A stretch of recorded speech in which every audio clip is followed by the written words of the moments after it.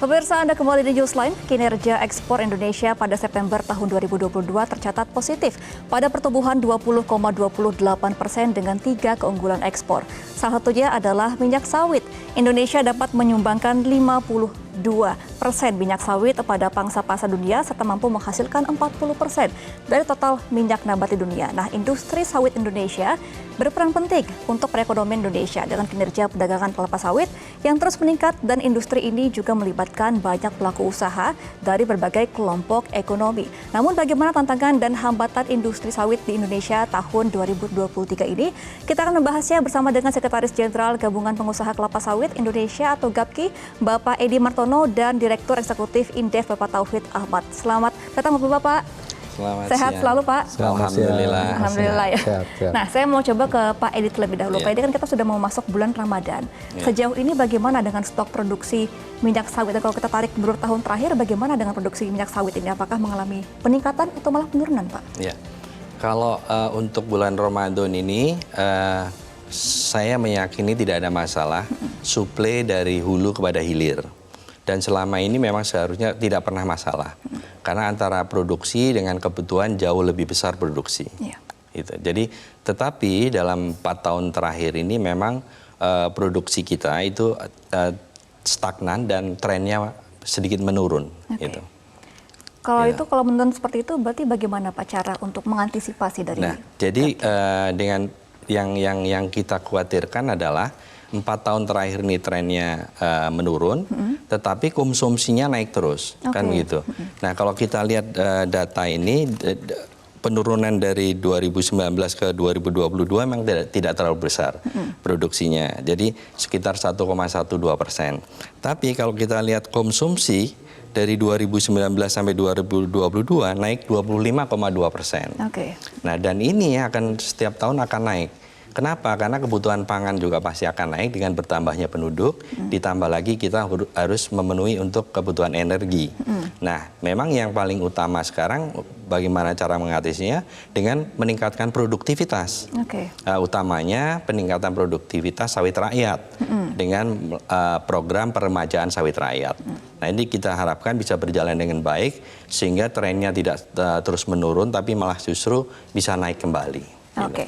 Kalau dari Pak Tauhid sendiri sebagai dari Indef, bagaimana melihat dengan peningkatan konsumsi tapi produksinya malah stagnan begitu Pak? Ya, saya kira memang kalau kita lihat di tengah situasi saat ini ya, memang kalau dari sisi permintaan ekspor memang agak sedikit menurun karena banyak negara dunia yang pertumbuhan ekonomi turun sehingga permintaannya turun begitu ya, dan trennya memang agak relatif stagnan di 2023. Nah, karena itu saya lihat memang ada kecenderungan untuk konsumsi dalam negeri didorong untuk lebih tinggi. Kalau misalnya kita lihat untuk konsumsi katakanlah untuk minyak goreng dan sebagainya sekitar 5,7 sampai 6 juta ton per tahun, tapi pemerintah mengejut untuk penggunaan biodiesel yang berkisar 10 sampai 11 juta ton. Nah, ini yang kemudian diharapkan bisa menyeimbangkan ya penurunan permintaan dunia dengan meningkatkan konsumsi di dalam negeri. Tentu saja ada plus minusnya ya. Kalau plusnya ya ketika katakanlah permintaan dunia turun, harga turun, ya itu bisa katakanlah menyeimbangkan ya, dan harga bisa dijaga tidak terlalu jatuh gitu. Kalau kita lihat kan sekitar 800 sampai katakanlah range-nya 800 sampai 900 US dollar per metric ton. Nah, ini yang dijaga jangan sampai turun di bawah 800 gitu. Jadi ada kebutuhan dalam negeri yang harus dipenuhi begitu. Namun nanti ketika ekonomi dunia mulai pulih, nah ini yang kemudian misalnya 2024 atau 2025 ini karena pengaruh faktor Rusia Ukraina ini berdampak dan terjadi krisis dunia, maka itu harus diwaspadai. Jangan-jangan memang nanti biodiesel akan berkurang begitu ya, karena kalau kebutuhan makanan itu kebutuhan pokok, minyak goreng dan sebagainya itu nggak boleh kurang. Nah, ini yang kemudian memang ada perubahan policy untuk kebijakan konsumsi dalam negeri. Nah, saya sepakat memang ada problem kita di produktivitas begitu ya. Rata-rata kalau kita lihat ya 4,5 sampai 5 katakanlah ton per hektar begitu. Ini memang katakanlah masih relatif rendah dibandingkan negara tetangga kita ya. Saya memang harus ada upaya untuk peningkatan produksi. Salah satunya memang bagaimana upaya replanting dan sebagainya, termasuk yang juga penting memang katakanlah kita harus bisa memperbaiki antara katakanlah prioritas antara petani mitra ya dengan PKS pabrik kelapa sawit maupun dengan yang katakanlah yang swadaya ini yang belum seimbang. Saya kira memang ada problem di situ begitu. Nah, namun yang lebih penting saya setuju memasuki masa katakanlah Lebaran nih menjaga stok untuk kebutuhan minyak sawit karena ada tren ini untuk kebutuhan hilir terutama minyak goreng, tren harganya cenderung tinggi begitu ya karena tadi sebenarnya dari si hulu tidak ada masalah di hilir nih karena kan kalau kita lihat sawit kita untuk di dalam negeri terutama minyak goreng itu ada 3 kelompok. Yang pertama untuk minyak goreng curah, yang kedua kemasan sederhana atau minyak kita, yang ketiga adalah yang kelasnya premium. Nah ini ada pergeseran pasar begitu ya. Ini yang kemudian mungkin dari sisi kenaikan harga terutama minyak goreng kita yang bisa lebih tinggi karena ada masalah di sisi supply begitu terbatas. Oke, berarti banyak faktor yang mempengaruhi ya. Betul, nah tadi kan betul. Pak Edi juga menyebutkan bahwa harus ada peremajaan sawit ya. Itu nanti bagaimana Pak berjalan ya program tersebut? Ya, sebenarnya program ini sudah berjalan dan langsung Pak Presiden yang mencanangkan pertama kali. Nah, tetapi memang dalam perjalanan program ini tidak kurang baiklah berjalannya. Nah, diharapkan di tahun 2023 dengan sudah dievaluasinya segala kebijakan yang menghambat, mudah-mudahan nih tahun ini bisa lebih cepat lah, lebih targetnya bisa tercapai kan gitu. Sudah berjalan itu dan PPD PKS langsung terlibat di sini untuk pembiayaan kepada peremajaan tersebut. Mengenai kelapa sawit, Indonesia ini kan menjadi produsen kelapa sawit terbesar ya di Indonesia di dunia ini. Tapi hingga saat ini Indonesia masih belum bisa menentukan indeks CPO harga sedunia begitu. Itu faktornya ada apa aja Pak Edi dan juga Pak Tauhid? Baik, jadi kalau yang dulu ada kemungkinan bahwa memang kita belum siap ya, artinya bahwa secara infrastruktur segala. Nah kalau sekarang seharusnya kita sudah lebih siap dan kita dari hulu sangat mendukung itu. Tinggal nanti kita menunggu kebijakan atau aturan yang jelas perihal itu. Dan yang penting juga buat pelaku industri di sini jangan sampai nanti beban biayanya menjadi lebih besar, menjadi lebih tinggi. Ini itu saja yang mesti jadi tetap dijaga supaya harga kita tetap kompetitif. Tapi kita sangat mendukung itu. Gitu. Ya. Kalau dari Pak Tauhid sendiri bagaimana? Ya, mengapa Indonesia masih belum bisa menentukan? Gitu ya. Yang pertama begini, vegetable oil memang kebanyakan ditentukan oleh Rotterdam begitu ya, dan dia kadang-kadang punya korelasi kuat bukan hanya palm oil tapi dengan soybean oil, sunflower sama rapeseed. Jadi bersama-sama begitu dan memang karena yang sebagian besar produksi itu ditentukan oleh negara Eropa dan Amerika, makanya dia mengkiblatnya adalah di Rotterdam, salah satu indeks CPO kita begitu. Nah, waktu itu memang awal-awalnya produksi CPO kita mungkin tahun 90-an gitu, 2000-an masih kecil begitu. Begitu ada ekspansi luas lahan ternyata membesar dan akhirnya mengalahkan beberapa sumber vegetable oil yang tadinya mendunia dan sudah mulai mengalahkan. Nah, karena sejarah itulah yang kemudian memang tidak bisa dilupakan bahwa mau diambil alih. Nah, memang sebagai pembandingnya adalah yang dari Malaysia ya gitu ya. Karena Malaysia juga lebih cepat pada waktu itu progresifnya di tahap-tahap awal. Nah, kita memang baru belakangan ekspansi luas lahan kita itu sampai 16 juta hektar jauh meninggalkan Malaysia.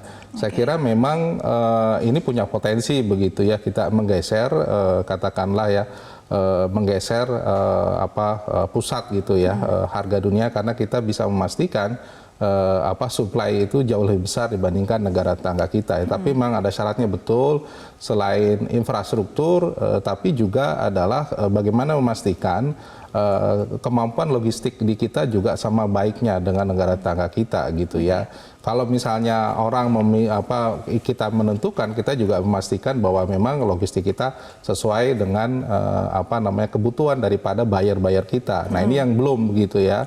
Kalau kita lihat shipping kapal untuk ini kita masih sebagian besar bukan punya kita begitu. Nah itu yang kemudian harus bukan hanya soal indeksnya tapi pendukung-pendukung termasuk juga juga perubahan regulasi. Ya memang kalau ada kemungkinan pasti ada tiga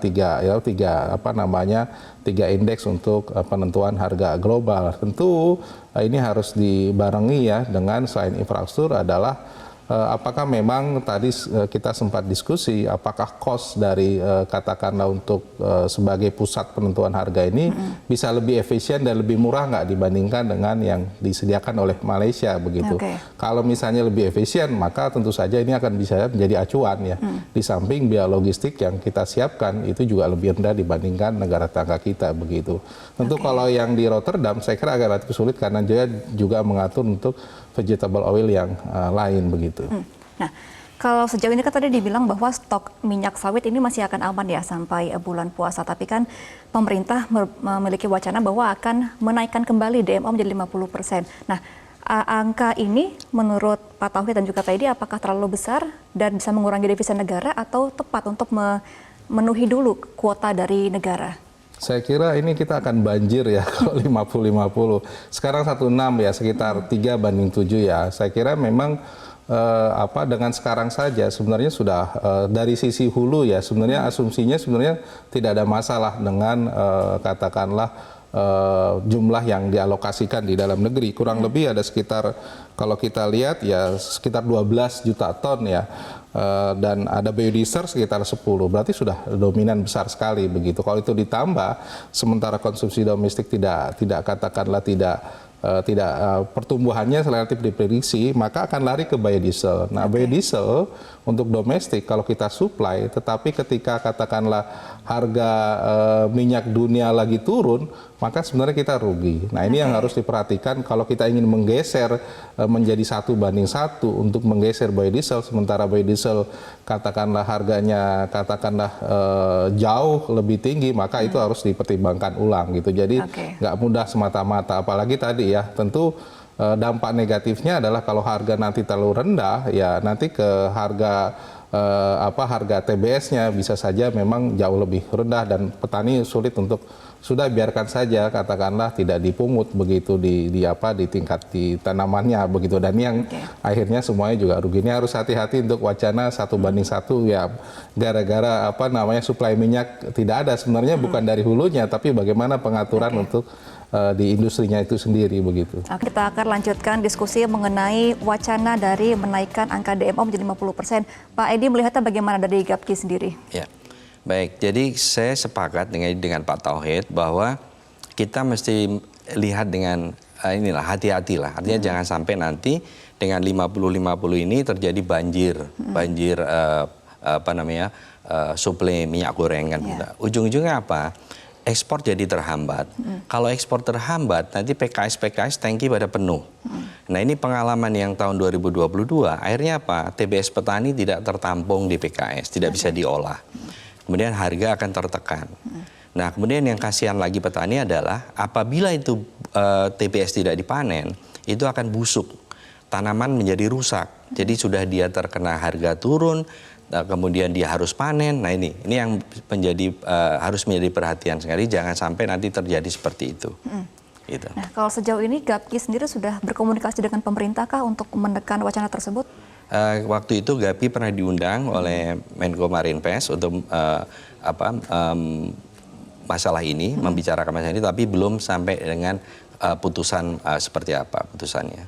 Ya. Nah, sekarang kita coba akan membahas mengenai kalau melihat Singapura dan Korea. Ini kan kedua negara ini bahkan mencari limbah cair pada padatnya sebagai tenaga listrik dan bahan organik. Nah, limbah dari kernel sawit ini konon kalorinya lebih tinggi dibanding batu bara katanya. Nah, karena cangkangnya keras sekali, artinya jika kita melihat kelapa sawit bukan hanya sebagai sumber minyak nabati, tetapi juga merupakan peluang yang baik. Nah, bagaimana menurut Pak Edi sendiri melihat itu?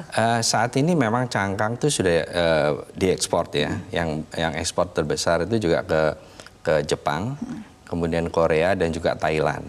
Jadi memang selama ini tidak ada masalah, artinya bahwa mereka terus sudah ada malah asosiasi cangkang, itu eksportir cangkang. Jadi memang itu sangat bagus, artinya bahwa memang di sawit ini tidak ada yang kebuang, semuanya kepake. Baik limbah cairnya kepake, limbah padat kepake, jadi sama sekali tidak ada yang terbuang. Jadi ini tanaman yang anugerah Tuhan yang luar biasa buat Indonesia. Oke, kalau dari Pak Tauhid sendiri bagaimana melihat bahwa ada bisa yang dimanfaatkan lagi selain minyak sawitnya itu? Saya kira ini potensi yang bagus ya untuk menambah nilai tambah di samping CPO-nya sendiri begitu ya. Limbah ataupun cangkang tadi itu kalau kita hitung memang nilai tambahnya akan menambah lebih besar ya. Tapi memang di CPO-nya sendiri kita belum banyak melakukan hilirisasi gitu. Betul. Nah itu untuk oleochemicalnya masih kurang ataupun yang lain itu masih banyak.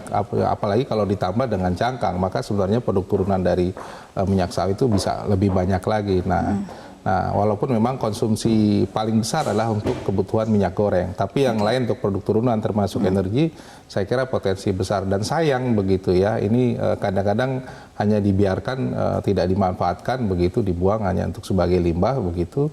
Sementara potensi market memang ada, walaupun mungkin belum seluruh negara ya, belum permintaan dunia besar gitu.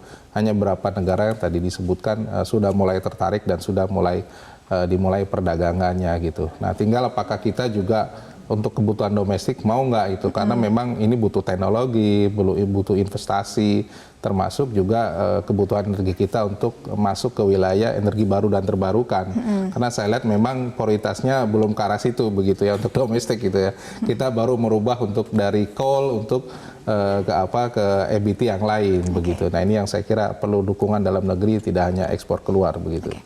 Nah, kalau dari Pak Tauhid sendiri sejauh ini apa saja tata kelola industri sawit yang harus diperbaiki agar industri berkontribusi signifikan pada perekonomian Indonesia?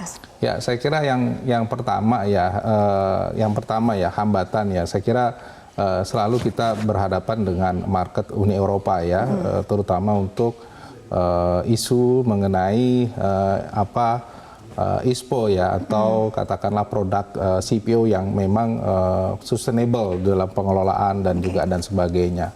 Nah itu seringkali memang dalam perdebatan dalam WTO itu selalu diperdebatkan, termasuk untuk bagaimana bukan hanya produknya tapi lahannya melakukan deforestasi atau tidak.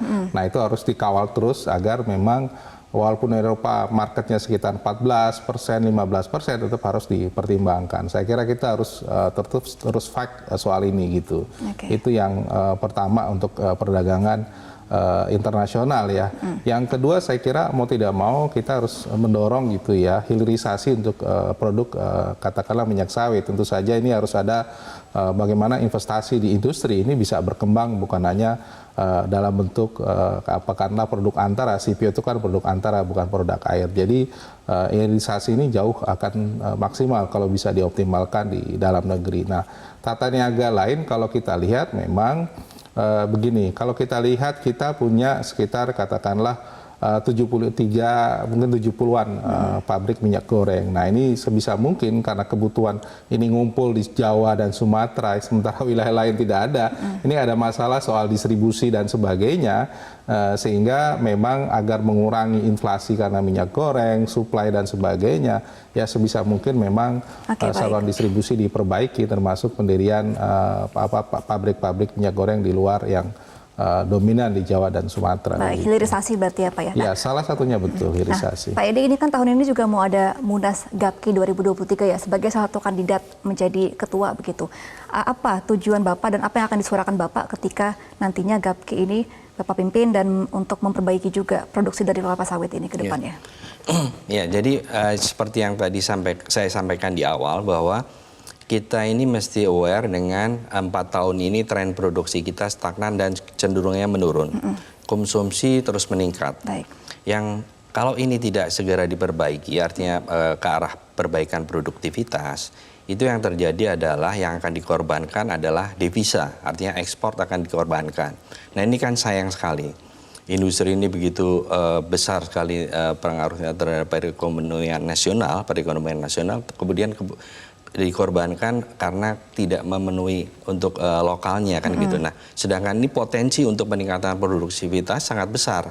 Nah itu, jadi saya akan nanti bersama-sama pemerintah, ya kita memposisikan sebagai partner pemerintah untuk terus melihat masalah produksi dan ini dengan konsumsi, ya paling tidak jangan sampai nanti benar-benar yang dikorbankan adalah ekspor kita itu. Oke. Ya, gitu. Berarti komunikasi sama pemerintah juga dibutuhkan Iya, untuk itu. supaya mengatur alur dan juga ekspor begitu ya Pak? Betul, betul. Baik, terima kasih Pak Edi Martono selaku Sekretaris Jenderal Gabungan Pengusaha Kelapa Sawit Indonesia atau GAPKI, dan terima kasih juga Pak Tauhid Ahmad selaku Direktur Eksekutif IDF. Terima kasih Bapak, selamat kembali beraktivitas setelah ini. Terima kasih. Pemirsa, demikian Newsline untuk hari ini. Saya Gemma Tanjung, terima kasih dan sampai jumpa.